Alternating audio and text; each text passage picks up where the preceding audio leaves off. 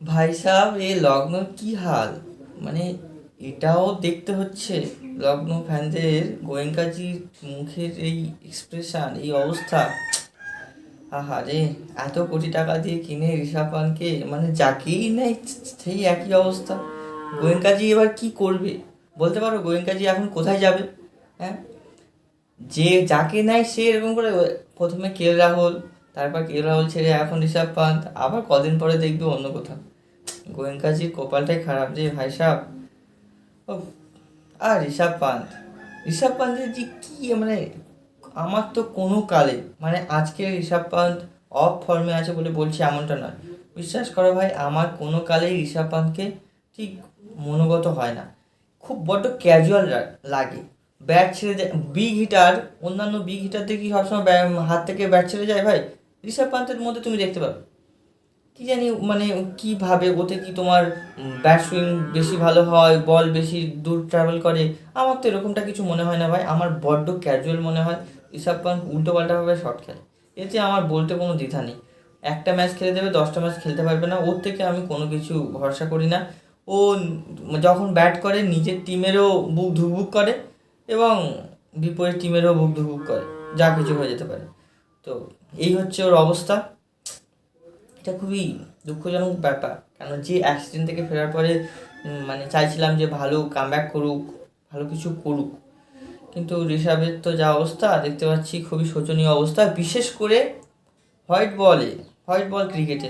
ভাই সাহেব, টি-20 আর ওয়ানডেতে ঋষভের রেকর্ড সত্যি খুব খারাপ। টেস্ট আমি জানি না ভাই, এটা ব্যাখ্যা সেরকমভাবে হয়তো নেই।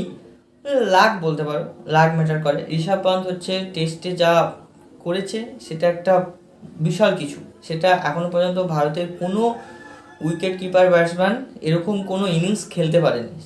অনেক বড় বড় ইনিংস খেলে দিয়েছে ঋষভ পান্ত। তো টেস্টে নিয়ে কোনো কথা হবে না, কোনো সমালোচনার জায়গা না। ওই সময় হয়তো ফিল্ডাররা সামনে থাকে, মিডল অর্ডারে ব্যাট করতে যায়, বল পুরনো হয়ে যায়, ইটসেট্রা, যা কিছু হোক না কেন, সে যাই হোক, অন্যরাও তো ব্যাট করে, অন্যরা তো કોઈ সফলতা পায়নি, অথচ ঋষভ পেয়েছে। তো টেস্টার আলোচনা নয়, পরে অন্য সময় করা যাবে এখন। তো এই ম্যাচটাতে ফোকাস করা যাক। যদি এই ম্যাচটার কথা বলতে হয়, লগ্ন খুবই পোর পারফরমেন্স, বিশেষ করে ব্যাটিং ডিপার্টমেন্ট। ভাই কি কি আছে লগ্নের? প্রথমত এদের এদের যে ম্যানেজমেন্ট এবং ক্যাপ্টেন, প্রত্যেকটা সিদ্ধান্ত ভাই যা তা। আয়ুষ বাঁধুনিকে দিয়ে ওপেন করাচ্ছে কিসের জন্য ভাই? ঋষভ পান্ত তুমি ওপেন করো, তুমি থাকতে আয়ুষ বাঁধুনিকে দিয়ে কেন ওপেন করাবে? হ্যাঁ, তারপর তোমার মাকরম আছে, সাউথ আফ্রিকার প্লেয়ার, একটা মাকরম আছে, মাকরমকে দিয়ে ওপেন করাও। মাকরমকে নিচে নামাচ্ছে, আয়ুষ বাঁধুনিকে দিয়ে ওপেন করাচ্ছে। আয়ুষ বাঁধুনি খারাপ প্লেয়ার আমি এটা বলছি না, আয়ুষ বাঁধুনি অবশ্যই টিম 11-এ তোমার হ্যাঁ টিমের 11-এ থাকবে, কিন্তু তাই বলে ওপেনের জায়গা তো আয়ুষ বাঁধুনির কখনোই হতে পারে না। এগুলো একটু বাড়াবাড়ি না? ঋষভ নিজেও তো ওপেন করতে পারে। দেখো ভাই, যাই বলো না কেন, পাওয়ার প্লেতেই হচ্ছে তোমার গেম সেট করে দেয়। পাওয়ার প্লেতেই তোমাকে নির্দেশ দিয়ে দেয় যে তুমি গেমটাতে কিভাবে ডমিনেট করতে চলেছো।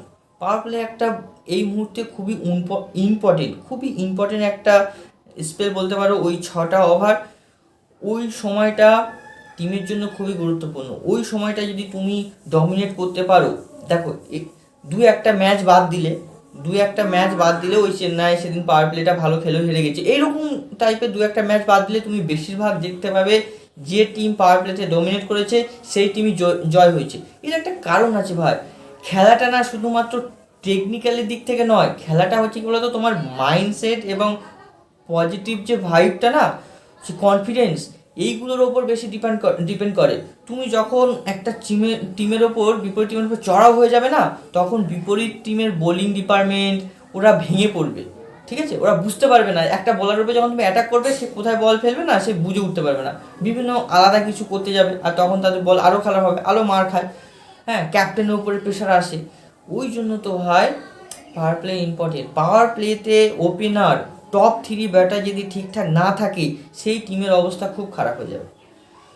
অন্যদিকে তুমি রাজস্থানের দিকে তাকিয়ে দেখো, রাজস্থানের ব্যাটিং ডিপার্টমেন্ট কিন্তু খুব একটা ভালো না, বিশেষ করে মিডিল অর্ডারে তো ব্যাটিং, রিয়ান পরাগ যাই বলুক না কেন, তো ইন্টারভিউতে এসে যাই বলে দেব না কেন আমাদের ব্যাটিংটা ঠিকঠাক হচ্ছে, কিন্তু বাস্তবে কি তাই? কখনো না ভাই।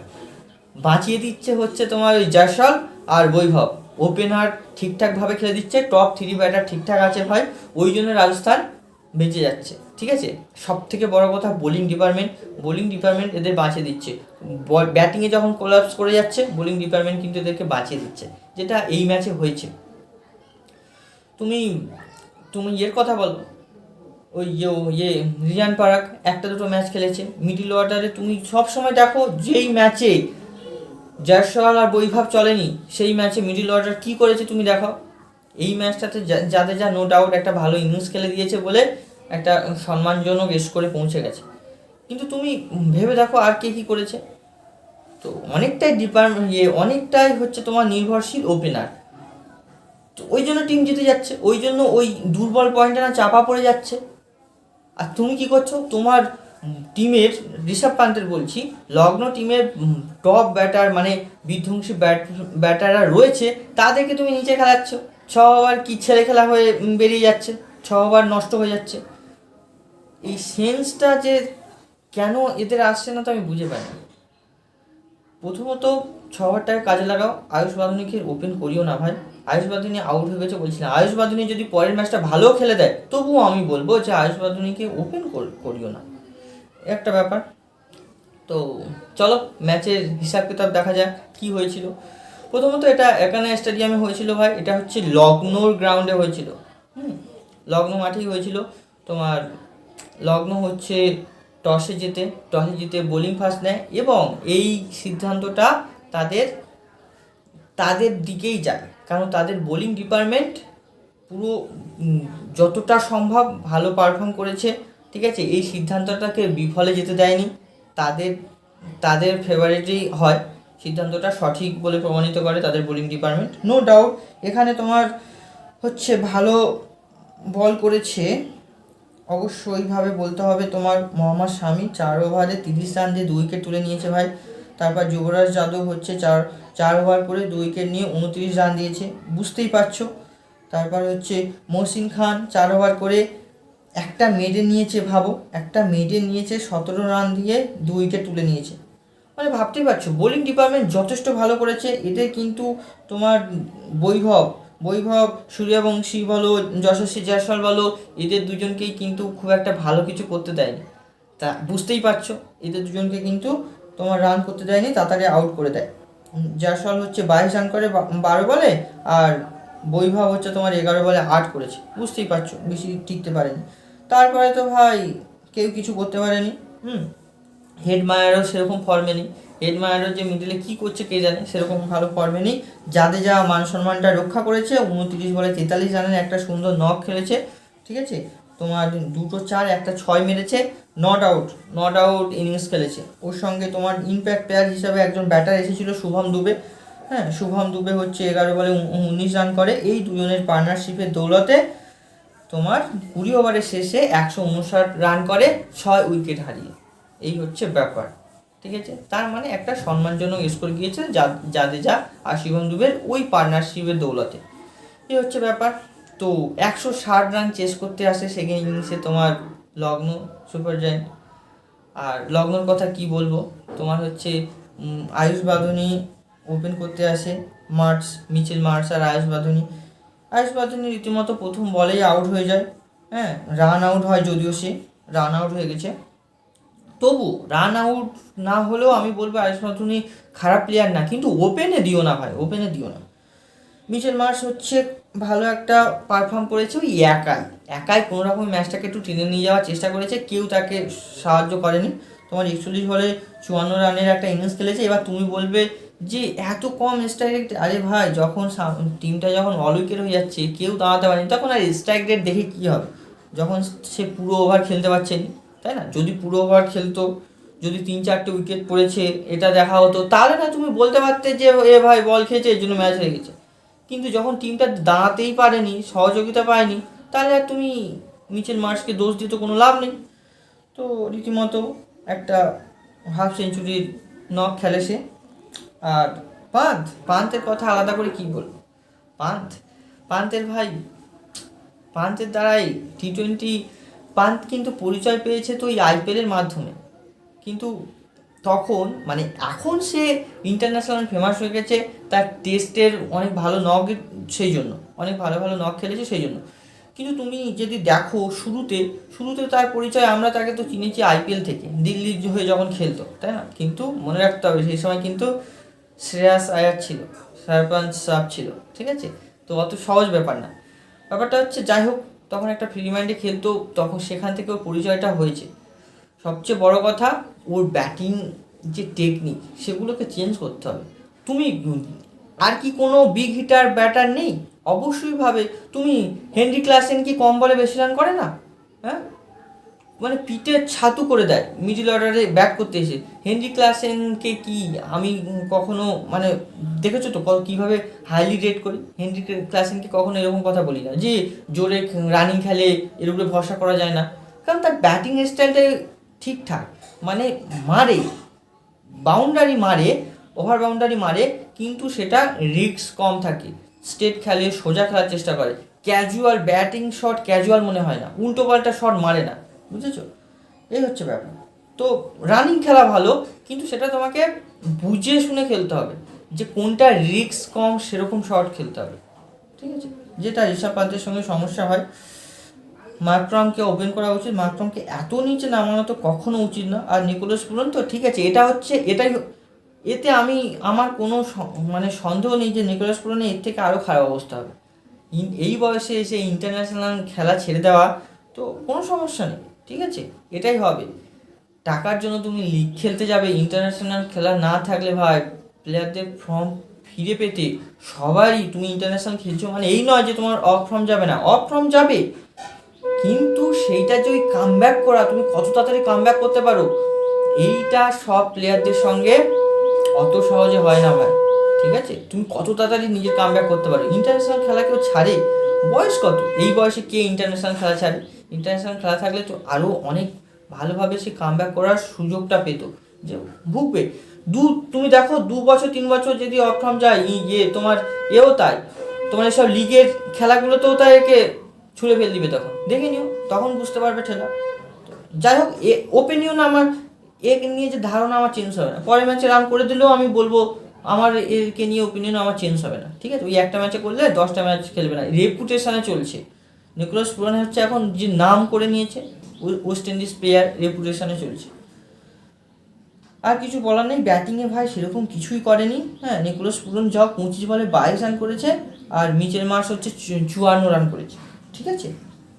আর কেউ ভাই সহযোগিতা করতে পারেনি, তার মানে বুঝতেই পারছো 18 ওভারে 119 রানে অল উইকেট হয়েছে, তার মানে বোলিং ডিপার্টমেন্ট কি অবস্থা করেছে, মানে আগুনের গোলা ছুটেছে, বল না ভাই, আগুনের গোলা। ব্যাটসম্যানরা মানে ভাবছে যে কখন এখান থেকে ক্রিজ থেকে উঠে কখন ড্রেসিং রুমে যাবো সেই চিন্তা করছিল। বিশেষ করে তো জোবরা আর্চারের জোবরা আর্চার বল ফিকছিল না, ফেঁকেনি, আগুনের গোলা ফিকছে। তুমি ভাবো 145+ কিলোমিটার পার ঘন্টা বেগে বল করেছে, বোলাররা ভাবছে যে আমি কখন ড্রেসিং রুমে যাব, এই বোলাররা না, সরি ব্যাটাররা। তো জোবরা আর্চারি তো পুরো একদম গেমের পুরো একদম দি এন্ড করে দিয়ে ছেড়ে দিয়েছে। 4 ওভার করে T20-তে ভাবতে পারছো, 4 ওভারে একটা মেটে নিয়ে নিয়েছে, মানে রইল বাকি 3 ওভার, সেখানে 20 রান দিয়ে 3টে উইকেট নিয়েছে জোবরা আর্চার। তাহলে আর বলো গেমের আর কিছু বাকি থাকে? এই হচ্ছে ব্যাপার। তো হ্যাঁ, বার্গারও তাই 4 ওভার করে 2 উইকেট নিয়েছে, 27 রান দিয়েছে, সবাই ভালো বোলিং পারফর্ম করেছে। হ্যাঁ, ব্রিজেশ শর্মা 3 ওভার করে 18 রান দিয়ে 2 উইকেট নিয়েছে, রবীন্দ্র জাদেজা তো পুরো একদম অলরাউন্ড পারফর্ম করেছে ভাই, 4 ওভারে 1 উইকেট নিয়ে 29 রান দিয়েছে, ঠিক আছে? রবি বিষ্ণুইও 3 ওভার করে তোমার 23 রান দিয়ে 1 উইকেট নিয়েছে, মানে সবাই ঠিকঠাক বল করেছে। জোবরা আর্চার হচ্ছে স্পেলটা একটু লেভেলটা আলাদা, একাই পুরো নাস্তানামত করে ছেড়ে দিয়েছে লগ্নকে, ঠিক আছে? আর তাছাড়া সে মানে ওই জোবরা আর্চারের ওই পারফরমেন্সের দৌলতে ভাবো বা যাই বলো না কেন, অন্যান্য বোলাররাও ভালো পারফর্ম করেছে, ঠিক আছে? এখানেও তো পার্টনারশিপের দরকার হয় না, একটা বোলিংয়ে যদি কনফিডেন্স লো থাকে, তো অন্য দুজন যদি একটা বিশাল কিছু পারফরমেন্স করে দেয়, তো সেই বোলারও ভালো পারফর্ম করে দেবে ভাই, তাকেও হিট করতে অত সহজে যেতে পারবে না। ব্যাপারটা আছে এই শুধুমাত্র ব্যাটিংয়ে যে পার্টনারশিপ থাকে আমরা বোলিংয়ের পার্টনারশিপও থাকে, এই হচ্ছে ব্যাপার। তো এই ম্যাচের টার্নিং পয়েন্ট কোনো মানে সন্দেহ নেই, জবরা আর্চারের ওই যে আগুনের গোলা যে স্পেলটা ছিল ভাই, হ্যাঁ বল ফেঁকেনি আগুনের গোলা, ওইটাই হচ্ছে এই ম্যাচের টার্নিং পয়েন্ট। ওই স্পেলটা লগ্ন হচ্ছে জাস্ট উড়ে গেছে, ঝড়ে উড়ে গেছে বলতে পারো, এই হচ্ছে ব্যাপার। হ্যাঁ, আর লগ্নর জন্য অবশ্যই বলবো ব্যাটিং অর্ডার চেঞ্জ করো ভাই, নাহলে তোমাদের বিপদ আছে, তোমাদের এইখানেই পর্যন্ত এটা জেনে রাখো, ব্যাটিং অর্ডার ঠিকঠাক করো। আর নিকোলাস পুরনকে বোঝাও যে নামে চলবে না, হয় ভালো কিছু করো নাহলে বসে যাও, সোজা কথা, নামে চলবে না, এই হচ্ছে ব্যাপার। এই ম্যাচের ম্যান অফ দ্য ম্যাচ হয়েছে তোমার রবীন্দ্র জাদেজা, অলরাউন্ড পারফরমেন্সের জন্য নো ডাউট 43 রান করেছে এবং এদিকে বোলিংয়ে একটা উইকেট নিয়েছে। তো অবশ্যই সে ডিজার্ভ করে, ওই রানটা যদি না করতো তাহলে কিন্তু 159 পর্যন্ত পৌঁছাতো না, ঠিক আছে, তখন কিন্তু একটা সমস্যা পড়ে যেত রাজস্থানের জন্য এটা ভালো। তবে আপনারা কি মনে করছেন, রাজস্থান কি ট্রফি জিততে পারবে, কি ভাবছেন? যদি আপনাদের মনে হয়ে থাকে যে হ্যাঁ ট্রফি জিততে পারবে, কি কোথায় কী সমস্যা আছে সেটা অবশ্যই কমেন্টে জানাতে পারেন, ঠিক আছে। তো ভিডিওটা এখানে শেষ করছি, দেখা হবে।